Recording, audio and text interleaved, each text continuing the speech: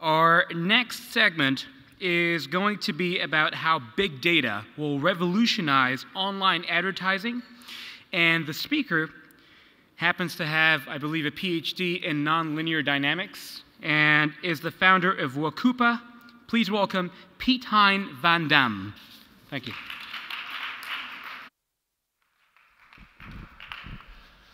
Thank you. Good afternoon. This is a real session for diehards, right? Advertising, big data. We're going to do all of that. My name is Piet. I come from Amsterdam. That is this strange city where you're allowed to smoke grass on the streets. That is this strange country that produces fantastic football players. And we now even have an Argentinian queen. I can't explain, but the only thing is where we're really known of is innovations, and certainly in the area of internet and technology. I'm proud today to represent one of those. Wakupa is guilty of big data. We measure what happens online, and we give all those data to our clients, also the data that they haven't asked for. So that's what I call big. It's sometimes even too big, so we help them. And what we're effectively doing, I'll tell a bit about that later. But the first thing I want to discuss with you is the following. Suppose, I only have 15 minutes, right? So we put a bit speed and interaction in the whole thing. Suppose I would write a book on this. And suppose you would have to advise me how I promote this book. One of the things could be that you say, listen, Piet, it helps when you say it's a New York Times bestseller. So it's the #1 on the New York Times bestseller list. That means that we're talking about advertising here, so that means that I advertise the book by using the New York Times name. That's endorsement, right? Could also be that you say to me, Piet, if you write this book, it helps when all my Facebook friends have read it. So it helps when I have a social peer group that recommends your book. And there could also be a few other options. So my question to you is, what would you want as a person? What would help you most? Would endorsement help better, or would you choose for social recognition? So who would go for endorsement? I see a few hands. 1, 2, 3, 4, 5, 6. Nice. So you would say if the book is endorsed by the New York Times, I would buy it. Who would go for the social recommendation? That's more. Okay. Now the point I'm going to make about internet is very important. If I would go for the averages, we would say, okay, there's a general vote for social, so Piet, promote your book in a social way. But there were also 10 people that said, no, it has to be endorsed. So if I would go for the averages, I would choose what 50% of the population likes. But internet is not about 50% of the population. Internet is not about averages. So whenever you hear a presentation that talks about averages, people are spending 46% more on their mobile phone, forget it. It's not about averages. It's about you. So the 10 people in this audience that said that book of mine should be recommended by New York Times, I need to make sure that when I promote this book to you, it is being recommended by the New York Times. And to the 60 others that have raised their hand, it should be promoted in a social way. So don't work with the averages. The internet is about specifically you. And if you go into this area more and more, you are not an audience, you are the people that formerly was known as an audience, right? But now you participate. So advertising is not about averages and about average audiences. No, advertising online is about you. So what the whole industry should do is make sure that everybody who voted for social gets a social reference on my book, and everybody who voted for endorsement gets a New York Times endorsement on my book. I'm not writing a book anyway, but it was just an example of how internet works in online. Who knows this guy? Who is it? Say again? It's from Mad Men, Don Draper, right? Have you seen the series? It's pretty popular in the US and in Europe. I think they're in the 7th year. This guy represents advertisement as it used to be. He didn't have big data, he just had a phone and he had his gut feel. And his gut feel said, he had great quotes. You know, advertising is about the smell of a new car, right? Or this one. What you call love is invented by guys like me to sell nylons. You know, that sounds great. This guy is an icon and we watch him every year and a year. But the thing is with advertising, you may like it or not, but it's going to change.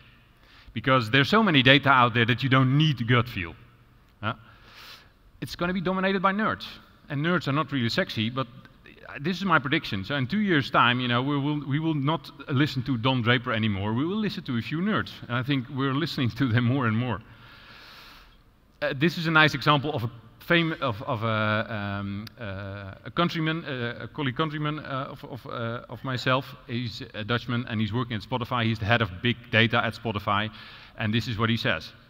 He says, you know, we know Spotify is a music streaming service, you all know. He says, listen, we think we know our product pretty well. But out of the 10 times, 8 of our ideas are wrong. So, and the good thing about all these data that are around here, we can falsify. We can check whether these 8 ideas are, which ones are wrong and which ones are right. This morning we heard from Unilever that we are spending $512 billion a year on advertising. I didn't know that. This was my estimate, so, you know, pretty close. And I'm going to ask you a question. How many advertisement exposures, online and offline, did you see yesterday? What's your guess? So how many advertisement exposures impressions were you exposed to yesterday? 10? 100? 500? 1,000? 10,000? What do you think? How much? A few thousand. Pretty close, yeah. May depend a bit on the country, but let's take 1,000. So how many of those 1,000 that you saw yesterday do you still remember? Who remembers? It's an honest question. Who remembers what he saw yesterday as an ad or heard on the radio or saw on television or online? You have one. Nice. Which one was that? Right, an outdoor. Okay, so we're spending this much of money and on this whole room. So let's say we were at we were at 100 people, 1,000 impressions, so 100,000 impressions, there's one recall. So what does this prove? The fact is that we can't ask you anymore about how advertisement works. We got to measure, because we're not spending all this amount of money just for nothing. It has effect, I'm sure it has effect, but it is unconscious. So we got to measure what all these advertisements are doing with you. And online, for example, if you have been exposed to an ad yesterday, you could search for the brand next week. You could download the brochure in 2 weeks' time. You could do that on your tablet while you've seen the ad on your PC. Anything can happen, but it has effect. So for branding campaigns, we need to start measuring branding campaigns. The other thing why we need to start measuring is that this is a funny thing that has been published a few weeks ago. But it's a serious warning. You know, what they say here is that about a quarter of your online impressions has not been shown to a human being. It's like an outdoor advertisement that has been put on the shelf somewhere, or invisible, you know. So there's a second reason why we need to start measuring advertising, because apparently a lot of impressions are shown to bots or crawlers or non-human beings. And even Google, you can't read this, and even if you can read it, it's Dutch, so you can't read it anyway. Even Google says in this little advertisement, about half of the impressions is not shown to a human being. Can you imagine that you're the biggest advertising network in the world and that you're telling about half of your impressions are not shown to a human being? So I have $500 billion spending a year, and half of it is not shown to a human. That's wasting a lot of money, you know. Shall we start making a bit more sense out of this? And if you really love to read these stories, you should go to @contrarian.com. That's a nice blog, and they say even we have failed miserably in online advertising. Well, you may agree or may not agree, but so let's get back to the fundamentals.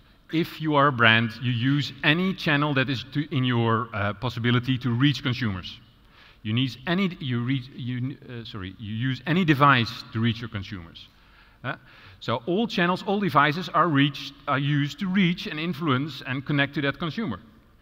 So what is the best place to measure what this consumer is exposed to? Exactly, that is on the devices of this consumer, right? So that is what we do at Wakupa. That is exactly what we do. And we do that in a very, let's say, radical way, because we believe in privacy. So what we do is we say to participants, and those are people from existing online communities or existing research communities, we say to our participants, listen, your footprint is a valuable thing. We want to do research on it. So we will anonymize it. We will not use it for direct commercial purposes, but we just want to understand what's happening out there. But it's your footprint. So if you give us the opportunity to research it and make a bit of business out of it, you should get back something in return. So it's a kind of an exchange. And what they get in return can be anything. So we work with a lot of different clients. If we work with a telco, they get back free airtime in return. If we work with a big publisher, they get back premium content in return. Right? So sometimes we work with a research agency, with a big research panel, they get just money or points or some things, some monetary things in return. Right? So that's how we work. And we are very, very much sensitive about privacy. So we give people the control over their footprint. They know the data, they see it. They can put it on pause if they're on adult content and they want to switch it off. They're fine, you know, they can do it, they can switch it off and on. And after some time, they forget to switch it off. And then we measure about 30% adult content. That means that we know that the meter is installed pretty well. So this is something we really believe in, you know. If big data is the new oil, then privacy is the new green. We should do this. So I'm going to give you a case example, because this is all nice theoretical things about advertising and online and how do you measure things, but this is what we did for a client in Chile. So they had a big campaign, which was a cross-media campaign. And we followed that campaign on two ways. So one is we measured just the clicks. That's not we, that's the media agency. That's the traditional way of measuring online advertising. You measure the clicks. So you say, okay, I have 100,000 impressions and I have 10,000 clicks. So that means that I have a click rate of about 10%. Well, I wish it was 10%, but let's get back to that later. We also had the Wakupa meters on a panel of a few hundred people. And you see that with the Wakupa meter, you get a lot of richness in the data. So it's only a few hundred people, but you measure the clicks, you measure who they are. We know it's a panel, so we know their backgrounds, we know if they are already an existing customer, etc., etc. We can survey them if we want to. And we also, that's the last symbol on this slide, we also measure the indirect effects. So if the campaign has been successful, but 2 months after you switch brand and you go to Movistar, to this telecom company, then it's an indirect effect, and we can measure that. So what were the results? Well, this was the first simple and fascinating result, that the click rate that was reported by the media agency was a lot more lower than the click rate that we measured. And why was that? Because that click rate is a ratio between two things. We measure net impressions, so we don't measure the impressions that have gone to a robot. We measure the impressions that have been exposed to people, and we also measure the indirect landings on the landing page. So if you go to the landing page 1 or 2 or 3 days later, so that's why you see that while we are accepting click rates of below 0.1 or 0.2%, the effective click rate was a little bit more higher. Even above 1%. So here we are increasing the performance of a campaign. This you don't have to read what's here. What we looked at all the goals of the campaign, and they were all pretty good except of the last one, because 70% of the campaign was not positioned to the right people. So it was shown to people outside of the target audience. So I got into a discussion with the media agency in Movistar, and they say, don't call this waste, you know, it's not waste. And I said, but you throw it away, you know, it's not in your target audience. Yeah, but you know, with advertising, there's always some waste. So I said, okay, so suppose we are in a position to turn the ratio any other way, that you have 70% on target and 30% waste. What do you think? Would that improve? Yeah, of course. Well, okay, so we're working on them right now with that. So I'm going to skip these because we already discussed this. I'm going to just pay a little bit attention to this one.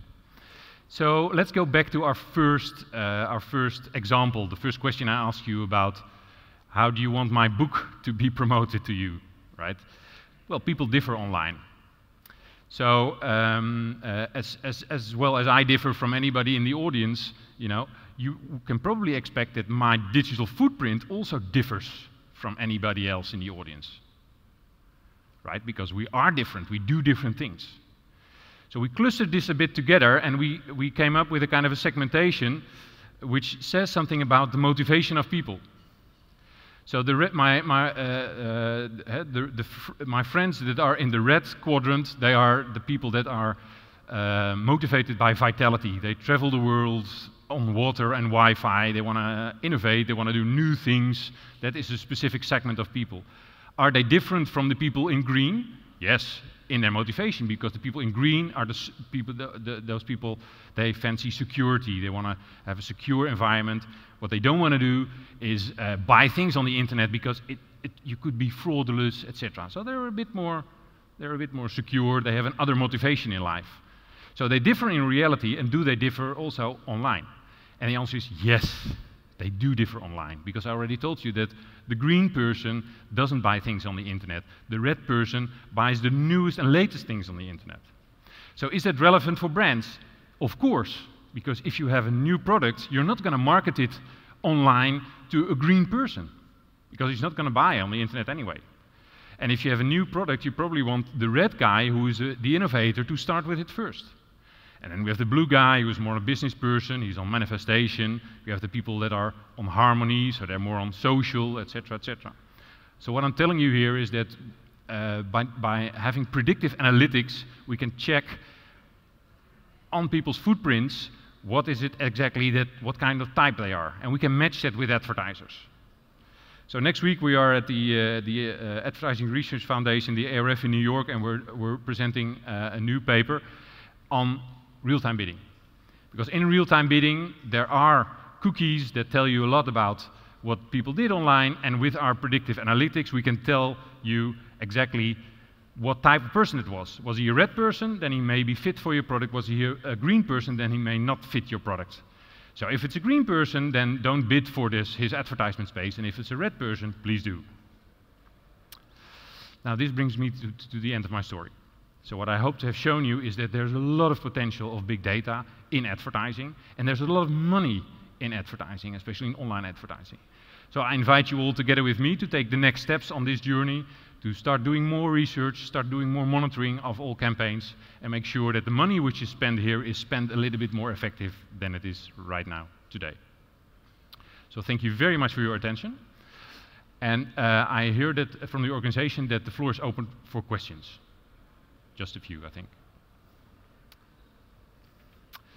So who wants to challenge me on anything I said? Who wants to understand how this geeky Wakupa thing is working? Or anything else? I have one question, yeah. Good afternoon. Thank you for the lecture. I work in data, so I'm very familiar with a lot of things that you are talking about. But I work in unstructured data. And usually I came from an economics background, so we go from structure to decision. Yep. When you're working with unstructured data, which is what advertising seems to be, there are as many correlations and causalities as there are users. Yep. And because you have so many, if you like, correlations or relationships between variables, it's very difficult to pinpoint the one that will make your campaign or your product stick, which is what advertisers want to do. How is it that if we come up with a predictive algorithm that we're able to bypass the spuriousness or the complete, if you like, barrage or huge volume of correlations? Thank you. Thanks for that question. You're right, you know, that's exactly what makes my job and your job interesting, I think. And there's, of course, a big difference between correlation and causality. You might find a correlation which is not a causal relation. So, but before being too philosophical about it, My answer to that question is two things. So first, you as a researcher, as an analyst, as a human being become more important because some correlations just don't make sense. And who decides that they don't make sense? You, and not the data, right? So your role becomes more important. The second thing is the proof of the pudding is in the eating. So it's fine that Wakupa has developed some predictive algorithms for RTB, but the whole thing is, of course, is it working better? Are the click rates going up? So my answer to your question is like twofold, right? You become more important, but let's see the test, and they're running right now, and if they're really, if they really become more effective, these campaigns, then we have shown that we're doing something well. Thanks for that question. Yeah. Well, almost. So. Okay, you said we can ask you anything? Yes. Okay, are you related to Van Damme, the actor? That's not the question. So I deal this with... one, right? Yeah, yeah. Yeah, that one. I deal with a lot of very small customers, people who would think twice before they pay $500 a month for advertising. Yep. And I do understand very well the importance of big data and how it can be useful for anyone. But can they have their own like very cheap kind of packages that they can get use of big data without having to pay triple or maybe 10 times more than what they are actually paying for advertisement? That's a very good question. I'm going to give you two answers. One of them is, this is not so terribly expensive, especially not when we share the whole data pool with the whole country. Okay. And we're working on several countries to have syndicated panels, so you can share the whole data pool. The other thing, of course, is if you or your client is so small that in our panel of, let's say, 10,000 people from the Emirates, only one visited your site last year, then it's a bit too small to, right? And then it's too small to measure. So I think in terms of economics, we can make it work. In terms of size, you know, sometimes things are just too small to measure, and then you can't do the analysis. So there's no cheap ways to do that? Well. Okay.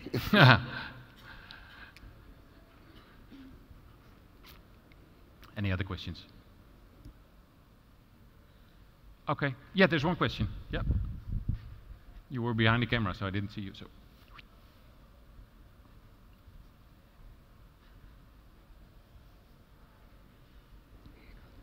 Hi. My name is Mustafa. I work very heavily in data science and predictive analytics, so I was very interested when you were talking about this aspect. So my question is, for advertising, when you speak about predictive analytics,